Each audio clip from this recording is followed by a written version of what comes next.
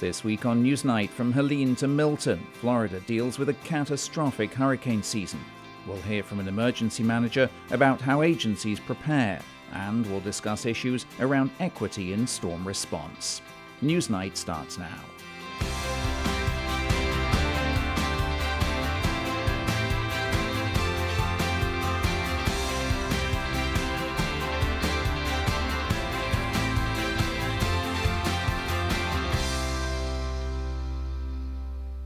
Hello, I'm Steve Mort, and welcome to Newsnight, where we take an in-depth look at the top stories and issues here in Central Florida and how they shape our community. Tonight, as Florida counts the cost of two major hurricanes in as many weeks, we wanted to spend some time looking at how agencies typically prepare for storms like Milton and Helene. First, a portion of a conversation I had with one of Central Florida's emergency managers in 2022 after Hurricane Ian hit our state. I sat down then with Alan Harris, the emergency manager for Seminole County. As long as we are in the cone of uncertainty, we consider a direct strike as the only viable option for preparedness. So we look at what would the worst case scenario be. So we look at all the model runs, we look at how fast it's moving to us, what the projected strength of the storm would be once it gets here, and then we make determinations based on that. And there's a lot of modeling that goes with that. So we know about how many people would evacuate based on the different categories and approximately how long it would take individuals to evacuate from their home, including those that have transportation dependencies. From that, then we can make decisions on when do we need to start preparedness, when do we need to open up shelters, when do we need to start transportation services to get people to the shelters, and about how long do we have to make sure that all of our critical infrastructures are protected before the storm gets here. Hurricanes are easier than some natural disasters in that you can see them coming. They're trickier in that they're all different. How do you prepare when each storm are all such different events? So it's really getting people out of the mindset. In Florida, we're pretty used to hurricanes, most people at least that have lived in Florida for a while. So we had to get those individuals to reevaluate what they thought because they may be considering everything based on their last storm. And then for all the new people that have moved into Florida, trying to educate them on what to expect. When the sun comes up and you can see firsthand with your own eyes what the scale of the damage is, what's your first instinct as an emergency manager? What do you want to do? Do you want to get out there and help people yourself? So I have a fire background, so certainly I want to be in the field and helping people, but I also understand my role. And my role in emergency management is to coordinate. So give the first responders, give the individuals that are out there the tools that they need to accomplish the mission. Whether that's bringing in National Guard, whether that's ordering hundreds of thousands of sandbags, whether that's bringing in dams to go around critical infrastructures, whether it's getting commodities, food, water, tarps, those types of things to individuals in flood-prone areas, and making sure that our shelters were equipped and ready to go, that they had ample supplies. There were people there for persons with disabilities, for individuals that had pets, all the different types of services that need to be there, as well as crisis mental healthing. Certainly, we've learned quite a few things over the years in hurricanes. One of the things that we need to make sure that we have is ample high-terrain vehicles that can go into flooded waters. So making sure that we have ample vehicles that can do those types of things. And I know there's a lot of resistance to that in the world. There's a talk about militarizing the law enforcement. But these are not, although they are old military vehicles, they're not used for that type of activity. They're used to evacuate individuals and their pets. And over and over and over again, you see these Army-type vehicles, these large trucks in the neighborhoods, and they're pulling individuals with special needs and wheelchair out of their homes, not used in militaristic settings. So it's really changing the culture. And unfortunately in the United States also, and really everywhere, people are used to instant response. So you push a button and the groceries show up at the front door. They expect that for debris as well. They expect that they will be able to push a button or the garbage truck that comes by will come and pick up their debris. And it's just changing the mindset. We are so used to instant and immediate response to things now, it's hard for people to understand or really grasp what it is for a long-lasting disaster, which unfortunately does happen. Do we need to change our mindset as well in these inland communities as to what a disaster might look like? You know, resiliency and flood mitigation has been a thing in coastal areas in Central Florida for a long time. That's not new in our state. For a lot of people here in a fast-growing area that may have moved here fairly recently, they might think, boy, I thought we were safe here. We're, 50 miles from the sea. Do we have to adjust our mindsets? Absolutely, and that's really for not only just people in general, but our elected officials, individuals in the media, because where do they love to go? Where do the reporters love to go? They love to go out on the beach. They don't go inland to see what's happening there. We're only 30 miles from the coast. We're not going to lose a category in strength of hurricane if it comes in off of the East Coast. And if it comes off the West Coast fast enough, we're not going to lose much here either. It's still going to be very, very heavy winds. The only thing that we don't have, which is horrific on the coastline, is the storm surge. But we get the flooding instead. And that sits with us for a long period of time. It's different risks for the same hazard. Seminole County Emergency Manager Alan Harris. Well, next tonight, Hurricanes Milton and Helene and the homeowners insurance crisis in our state.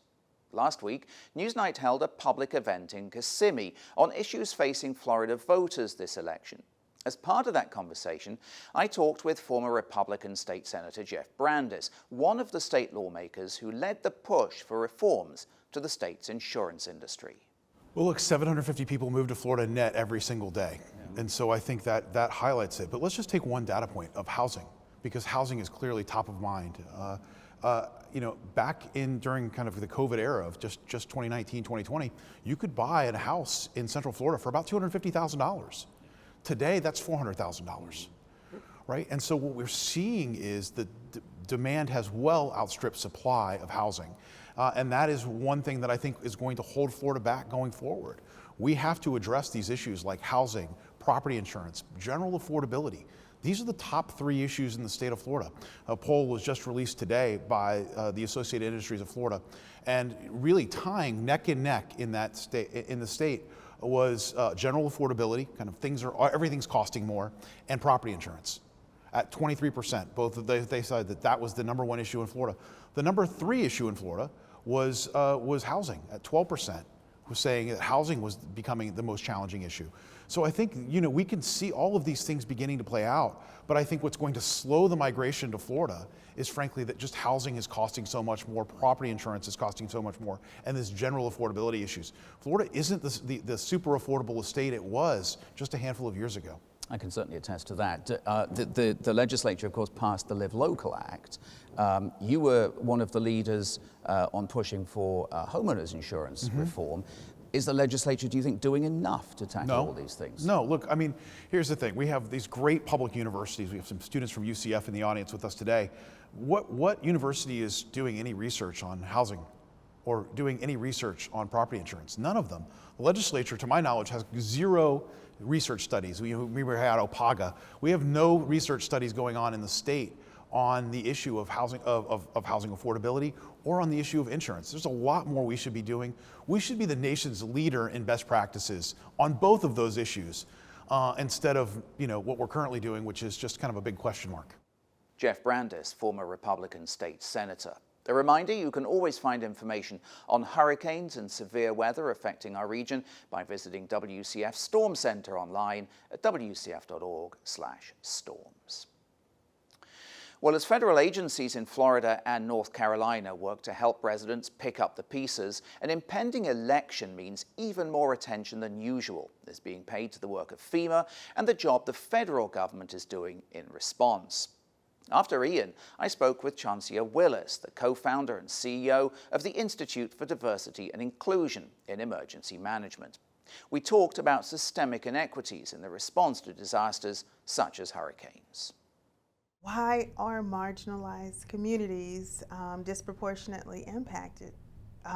Quite honestly, it's because of the systems that we have in place in our country.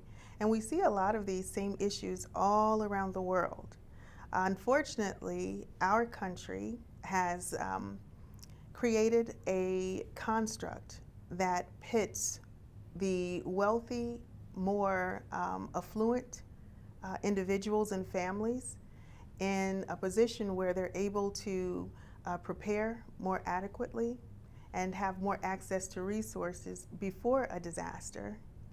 And for those that do not have adequate resources and those that do not have the socioeconomic status of others, they essentially don't do well in disasters and they face disproportionate impact.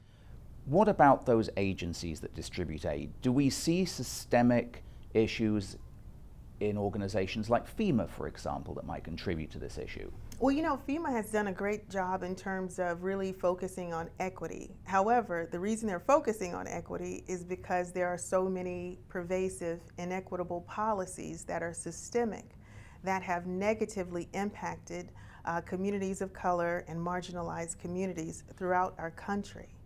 And those policies include everything from individual assistance after disaster, public assistance, even before a disaster.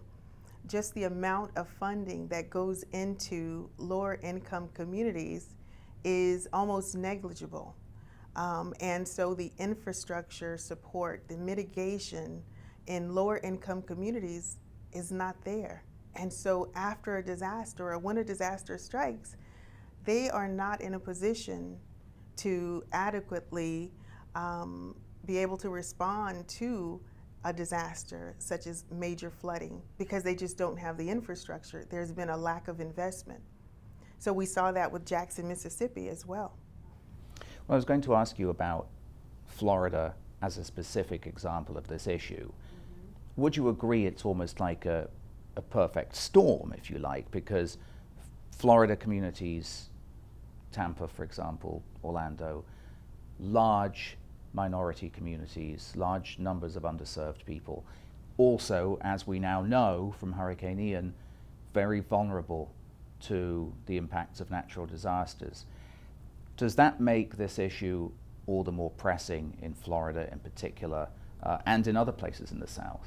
I think Florida is like the perfect example of the have and the have-nots and how that impacts a person's ability to recover. We looked at Sanibel Island down there in Lee County, that Fort Myers, Naples area, and all we saw in the news every night was what? The yachts crashing into one another on the beach. We saw the yachts and we saw the big boats, and you never heard about the people who didn't have access to a house and didn't have access to food before the storm. And Florida has all of those communities, in some cases living within 5 miles of one another. So at the same time that you're seeing these houses that are huge and coastal and they chose not to evacuate, at the same time we go out to communities that are nearby where they were living in trailers and they didn't have access to the internet. They weren't receiving warnings. And so they couldn't evacuate. So you have a choice to evacuate and you say, no, I'll stay because I want to make sure my home is okay. But then you have a group of people over here who had no choice and they didn't even receive initial response first. They were the last to receive that initial response, and they're going to be the last, unfortunately, to recover unless we do something about it and change the way we think about these underserved communities in times of disaster. Chancia Willis from the Institute for Diversity and Inclusion in Emergency Management. Meanwhile, you can find much more Newsnight content on our website. Be sure to visit us at wcf.org/Newsnight. Okay, finally tonight, this hurricane season has once again highlighted the issue of resiliency along our state's coastline. Earlier this year, we brought together a panel of experts on resiliency for a special edition of Newsnight. Here's a portion of that discussion. Joining me in the studio now to talk about resiliency efforts here in Central Florida are Lisa Soto. She's Operations Director for Applied Ecology. Applied Ecology works with cities, counties, and the state on environmental resource management, ecological studies, and more. Dr. Soto has been working in the field of Florida's water resources for more than 30 years, including shoreline restoration. Darcy McGee, Assistant Director of Brevard County's Natural Resources Management Department. Brevard's beach management program administers several beach restoration projects to protect property and maintain healthy beaches. Courtney Barker, she's been City Manager of Satellite Beach since 2013. Satellite Beach established a Green Committee in 2015. It's also published its first Sustainability Action Plan in 2017. And Jennifer Rupert, she's the Regional Resiliency Officer for the East Central Florida Regional Planning Council. The council, established in 1962, is an area-wide association of governments. Its members provide project, policy, and planning assistance to governments and organizations within 8 counties in the East Central Florida region. Thank you guys so much for coming in. Really appreciate your time today. Let me start with a broad question for each of you. How do you define coastal resilience? I mean, if you had to explain it to somebody in the ride up an elevator, what does it mean to have a resilient coastline? And I'll start with you, Lisa. Well, I think resiliency is about planning and being adaptable. So trying to understand what's coming at you so you can be prepared for it. So it's really just a matter of, being able to collect the information that you need to know to predict what's about to happen to you in the next time frame, be it 50 years or 100 years, so you can be prepared. So with cities and counties and governments, it's a big deal. We do a lot of installations with the military to prepare them. They've got missions that they need to get accomplished. But even households, we're always planning, right, for maintenance, for things that are coming at us. So resiliency is really just a different kind of a planning mechanism. Sure. What do you think, Darcy? We define that as the ability to bounce forward, to look at people, places, and prosperity and plan for the future so that we can bounce forward and now bounce back from any kinds of shocks and stressors. Yeah. Courtney, how do you view resiliency? I view it as, the term came out really as a way to describe how cities and counties and local government are going to respond to the impacts of climate change and sea level rise. And that includes everything from the increased heat to the eroding shorelines to even water quality issues and storms. Flooding. So being a resilient community for us means that we can survive that, we can bounce back faster because we know and we're prepared for what is coming. So, and that really is in the face of changing climates. And you mentioned storms, and of course that's particularly relevant this year because it's predicted that we'll have a fairly busy season. Hopefully we don't, of course. Jennifer, what do you think? We do use the ability to bounce forward, respond to, and recover from, I think, shocks and stressors is the kind of common theme. So those short-term shocks, hurricanes, infrastructure failures, those kinds of things, and those longer-term stressors. That does include climate change. It does include affordable housing. It includes shifting economic trends. So kind of looking at it holistically from that people, places, and prosperity perspective is, I think, what all local governments and people are challenged to. And I think in layman's terms, it's really, how are we setting ourselves up for success? As you're walking out the door in the morning, what do you do to set your family and yourself up for success? And I think local governments are applying that same type of mantra in things that we do and plan for. You guys mentioned there about the causes of the resiliency issues that we face, and I wonder whether we can pinpoint everything. I mean, there's climate change, sea level rise, but there's also other things, right? I mean, the development that we've done on dunes over the years, stronger storms. What do you see as the main causes for the resiliency issues that we face today, Lisa? We're really struggling with what to do with our floodplain areas in Florida. We've got an awful lot of low-lying wetland areas and floodplain areas that is where everybody wants to live. And so historically, that has been compromised, and now they're about to be taken back, right? So with sea level rise and groundwater rise, there are just low-lying areas are going to fill in. And that's not just on the coast. So the rivers are going to fill up, the low-lying wetlands are going to fill up, everything's going to fill up very slowly, gradually. So that's a big issue where we're still seeing, developers going in and getting variances today to build right in those flood areas. So that's a big change that needs to happen, and that's a sentiment, a political change, a political wind that needs to change entirely. We need to stop building in the areas where we have potential storage for all this water that's coming. Does the way we tackle zoning, construction, incentives have to be tailored specifically for our region? Because I've covered the resiliency efforts that have taken place, for example, in Miami Beach, where they've kind of jacked buildings up. I mean, the whole city is essentially higher, the streets are higher, business has been raised up, pumping stations, walls, and so on. I wonder whether there are unique challenges to doing resiliency where we are in Central Florida, Lisa. There's a process that called a vulnerability assessment that cities and counties and regions can participate in, and it gets funded by the state of Florida, where they can go into their community and understand very specifically what their issues are. Each community has their own unique situation. In the inland here in Central Florida, temperature might be more of an issue than water, or it could be that because they have perched aquifers, their stormwater doesn't have enough anywhere for it to drain down. So when it rains, it sits on the surface for longer, so everything is going to pond. Different than maybe farther south or farther north. So each community kind of has to look at their vulnerability themselves. What do they think is vulnerable? So trying to redesign the entire stormwater infrastructure to deal with what is probably going to be the 500-year storm that's coming. Every couple of years. It is going to be unique for each community. So what we're trying to do from our perspective in terms of comprehensive plan and land development regulations is we're in the middle of doing our what they call the EAR. Every 7 years you look at your comprehensive plan and see where it needs to be tweaked.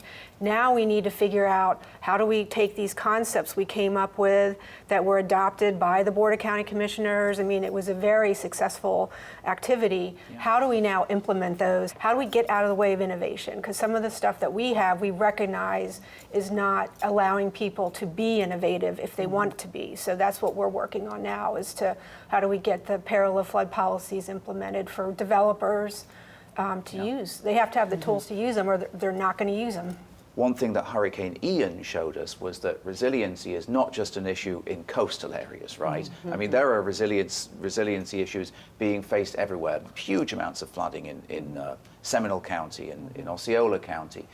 How do you tell people that they should be concerned about these issues if they live 50 miles away from the coast? What do you think, Lisa? Yeah, it's hard to, so it is hard to get humans to get excited about something that might happen to them in the future, right? We've seen that. So I think once Ian goes through, then people are more likely to listen to you. So you can wait for the emergency to happen, and now you've got an active listening audience. Unfortunately, we're very reactive, we humans. I'm a planner, you're a planner, we're probably all planners here. So we like to be more proactive. We like to plan for things to happen, but as a species, we tend to be reactive. We do. So, once the storm goes through, that's the time to make the political changes. That's the time to make the move.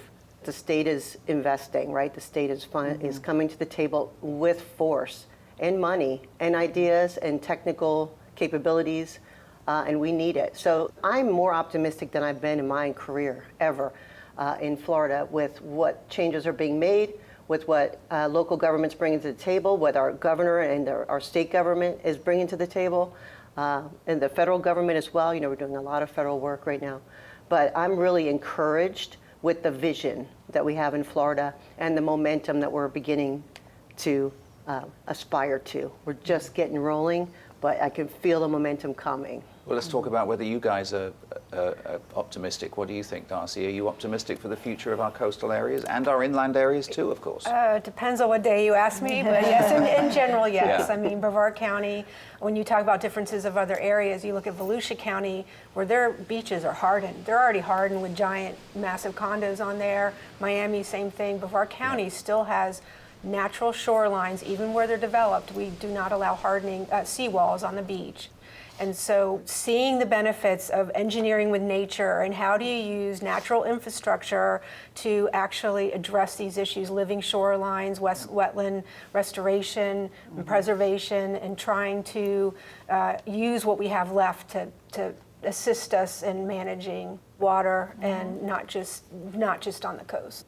When I first started with the city, the first meeting that we had about climate change, and we put the words climate change meeting here, on our marquee, and we had a lot of people, why are you doing this? This is not necessary, this is a waste of money.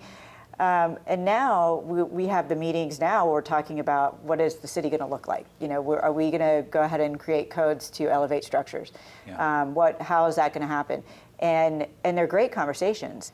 So it's very exciting to see that. And I think if we can continue on and marching forward and making some good land use policy statewide, as well as statewide transportation changes and investing in our public transportation and start reducing emissions, I would be really happy. Jennifer, last word to you. You optimistic? Do you agree with what you've heard here? Yeah, absolutely. And there's a lot of hope in this work.